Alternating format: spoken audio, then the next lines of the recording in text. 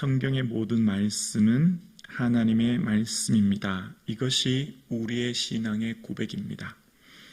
성경에 기록된 하나님의 말씀을 통해 하나님의 마음과 그 뜻을 헤아리고 그 말씀을 통해 지금 여기 나의 삶을 하나님의 뜻으로 해석하고 또 적용하여 그 하나님의 기쁘신 뜻을 살기 위해 우리는 말씀을 묵상합니다.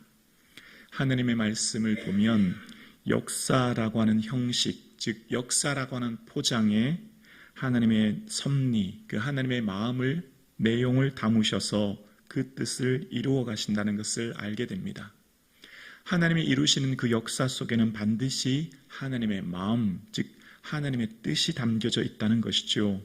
그래서 그 역사 속에 등장한 하나님의 뜻을 통해 일어났던 많은 성공과 실패, 그것의 원인과 그 의미를 해석함으로 오늘을 살아가는 우리의 삶 역시 이 역사 속에 흘러가는 하나님의 역사 속에 하나님의 그 뜻을 깨달아 알아 나의 삶 가운데 일어나는 성공과 실패를 해석함으로 하나님이 기뻐하시는 뜻으로 반응하고 믿음으로 살기 위한 그것이 바로 말씀을 읽는 목적인 것이죠. 그래서 성경을 보면 반드시 성경을 통해서 하나님이 의도하시는 것이 있죠. 그래서 이 본문의 말씀이 오늘 나에게 뭘 의도하시며 계획하시는 뜻이 뭔가를 말씀을 통해 살펴보려 합니다. 오늘 본문 시편 80편은 이스라엘이 국가적 위기 상황 가운데 탄식하며 그 위기 가운데 회복할 것을 하나님 앞에 기도하는 내용이로서 자신들을 양 그리고 포도나무로 비유하여 하나님께서 돌보지 아니하시면 생존할 수 없는 존재로 그들 스스로를 비유하고 있습니다. 먼저 오늘의 본문의 표제어인데요. 인도자를 따라 소사님 에둣에 맞춘 노래라고 기록되어 있지요. 시편 69편에 보면 소사님이라고 하는 표현을 백합화 곡조라고 하는 것을 통해 보면 오늘 본문 소사님은 백합화 혹은 백합화 곡조라는 의미가 있고 에둣이라고 하는 것은 언약이거든요. 그래서 백합화에 맞춘 언약의 노래라는 겁니다. 그런데 어떤 멜로디인지는 정확하게 전해지지 않으므로 이 본문이 예배 찬양시로 쓰였다는 것을 짐작할 수 있습니다. 그러면서 오늘 본문 1절이 이렇게 시작합니다. 요셉을 양떼같이 인도하시는 이스라엘의 목자여 귀를 기울이소서. 요셉을 이라고 하면서 오늘 본문 1절은 요셉을 구체적으로 지칭하고요. 2절을 보면 2절에 에브라임과 베냐민과 므낫세 앞에서 주의 능력을 나타내사라고 표현하고 있습니다. 에브라임은 누구죠? 요셉의 손자 아닙니까? 에브라임과 므낫세는 요셉의 두 손자였고 손을 어금마저 축복했던 거 기억나시죠? 그래서 이 에브라임은 이스라엘의 북이스라엘의 대표 지파가 이후에 됩니다. 그래서 에브라임이라는 표현이 나오면 항상 성경에서는 북이스라엘을 지칭하는 것으로 알 수 있고요. 그래서 에브라임과 므낫세 그리고 베냐민을 대표적으로 오늘 시편이 이야기한 것을 통해서 이 시편의 배경을 전체적인 이 시편의 배경을 구약의 학자들은 기원전 722년 북이스라엘의 아수르로 인한 멸망과 깊은 관련이 있음을 이제 이야기합니다. 그러니까 북이스라엘이 아수르로부터 멸망하고 난 후 그 북이스라엘에 있는 많은 이스라엘 유다 민족들이 아마 남쪽 유다로 내려왔을 거예요. 우리가 이처럼 나라가 멸망했노라고 탄식하는 상황.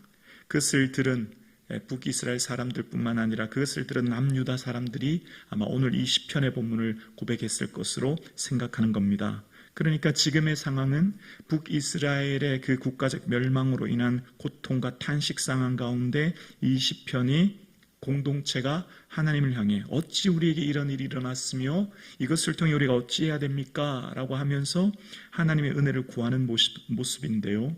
이런 위기와 고난의 상황 가운데 이스라엘이 원하는 것이 있습니다. 그것은 바로 3절에 나와요. 3절 볼까요?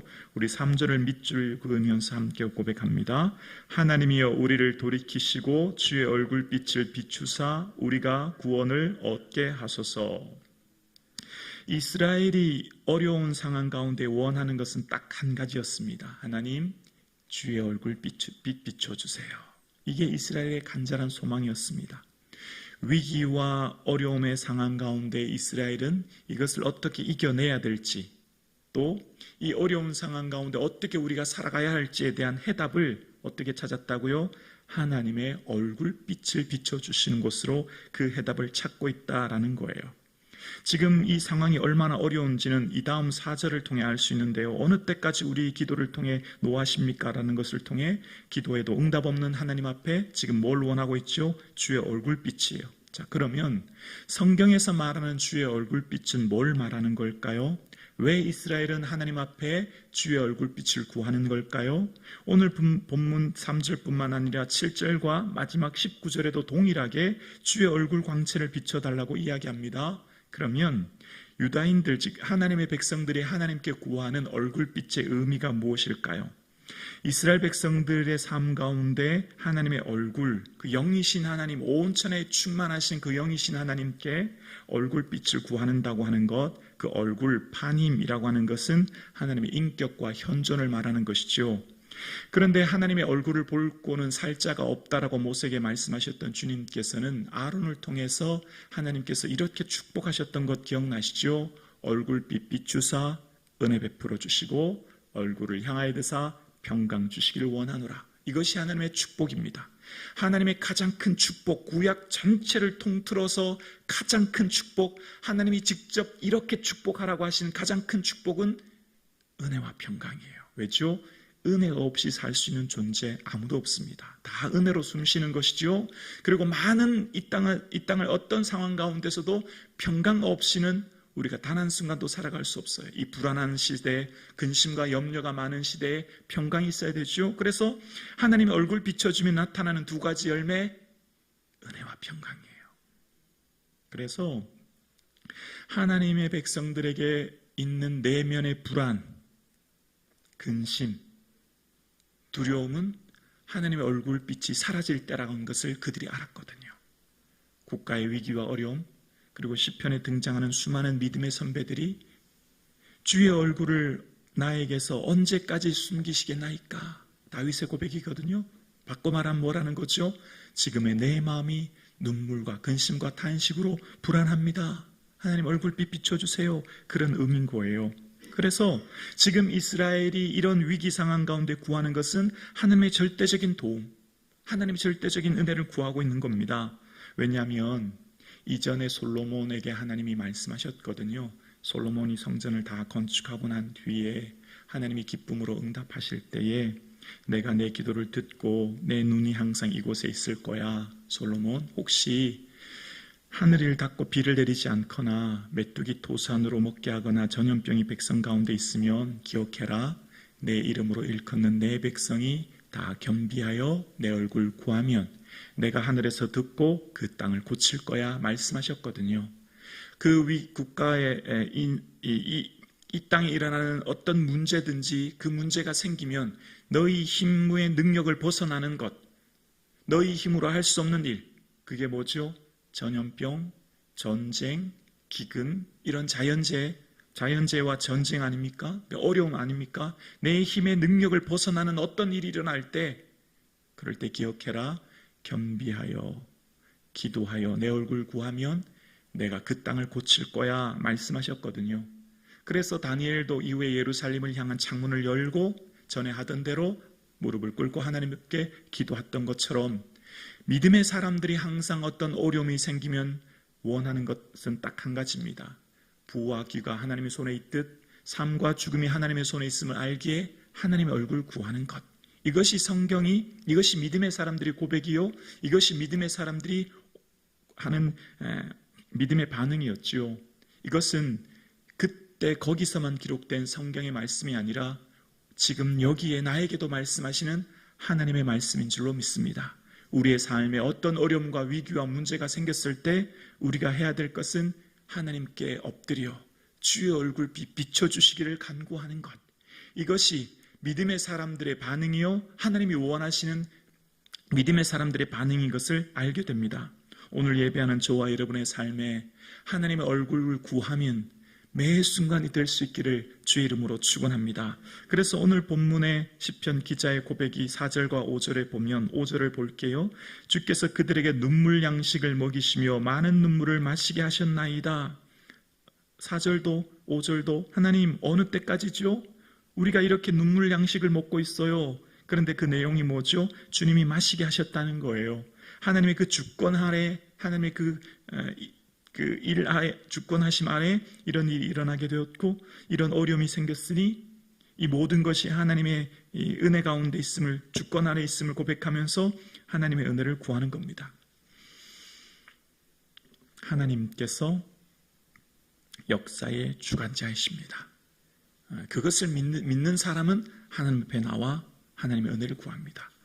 역사를 주관하는 것은 권력자, 힘 있는 자, 능력자가 아니라 바로의 마음을 완악하게 하사 하나님의 그 영광을 드러내기 위함이 있으시 왕의 마음은 여호와의 손에 있음을 우리는 믿습니다.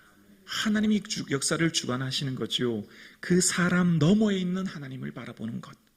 그럴 때 하나님을 의지하고 하나님 앞에 나오게 되는 겁니다. 이것이 성경이 우리에게 말하는 것이요, 오늘 우리의 살아가는 삶의 태도가 어떻게 살아가야 될지를 끊임없이 이야기하는 겁니다. 그래서 이스라엘은 자신들의 삶은 하나님의 도우심 없이는 단 한순간도 살아갈 수 없는 포도나무와 같은 존재임을 이야기하면서 8절부터 13절까지를 그렇게 말해요. 8절 9절에 보면 주께서 한 포도나무를 애굽에서 가져다가 민족들을 쫓아내시고 그것을 심으셨나이다. 주께서 그 앞에서 가꾸셨으므로 그 뿌리가 깊이 박혀 땅에 가득하며, 자, 지금 이 자신들의 이 상황을 뭐로 표현하냐면 이 포도나무로 표현하면서 애굽에서라는 표현이 8절에 나오죠. 그러니까 출애굽부터 언제까지냐면 11절에 보면 강까지라는 표현이 나오는데요.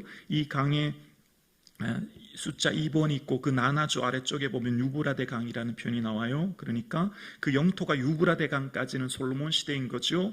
애굽에서 나왔을 때부터 가장 이스라엘의 황금기인 다윗과 솔로몬 시대까지 다 하나님이 은혜 내려주셨기 때문에 여기까지 왔음을 고백하는 거예요. 마치 농부가 포도나무를 길렀듯이 하나님이 우리를 이렇게 심고 기르시고 가꾸셔서 여기까지 왔습니다. 그렇게 고백하는 거죠. 오늘 우리의 삶도 전적인 하나님의 은혜로 여기까지 온 줄로 믿습니다. 하나님의 도우신 손길 없이는 저절로 자라나는 식물은 없는 거죠. 하나님 도우시는 거예요. 저절로 자라는 양떼는 없습니다. 하나님의 도우심인 거죠.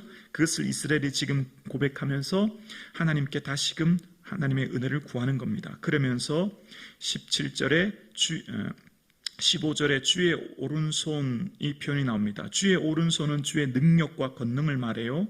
그러면서 17절에 보면 주의 오른쪽에 있는 자, 곧 주를 위하여 힘입게 하신 인자에게 주의 손을 얹으소서라는 표현이 오늘 본문에 나와요. 주의 오른쪽에 있는 자는 지금 북이스라엘 자신들을 스스로 비유하면서 하는 말인데요. 왜냐하면 앞절에 에브라임과 베냐민으로부터 시작했지 않습니까? 베냐민이라고 하는 말은 오른손의 아들이라는 의미가 있고요. 에브라임은 야곱의 오른손을 얹어 축복한 자였거든요. 그래서 자기 자신들을 지금 북이스라엘은 지칭하기를 오른쪽에 있는 자라고 비유하면서 이야기하는 거예요. 하나님의 권능의 손인 오른손으로 오른쪽에 있는 우리에게 하나님의 손을 얹어주세요. 그럼 우리가 회복할 거예요. 그럼 우리가 소생할 거예요. 그렇게 하나님 얼굴빛 비춰주세요 라고 하면서 하나님의 은혜를 절대적으로 구하고 있는 모습이 오늘 본문의 모습입니다. 하나님께서 오늘 함께 예배하시는 사랑하는 성도님들의 삶에 주의 권능의 오른손을 얹으사 성도님들의 삶에 위로와 소생과 회복의 은혜가 있기를 주님의 이름으로 축원합니다. 오직 하나님만 바라보고 하나님의 얼굴 비춰주시기를 구하는 이 하루 되기를 주님의 이름으로 축원합니다.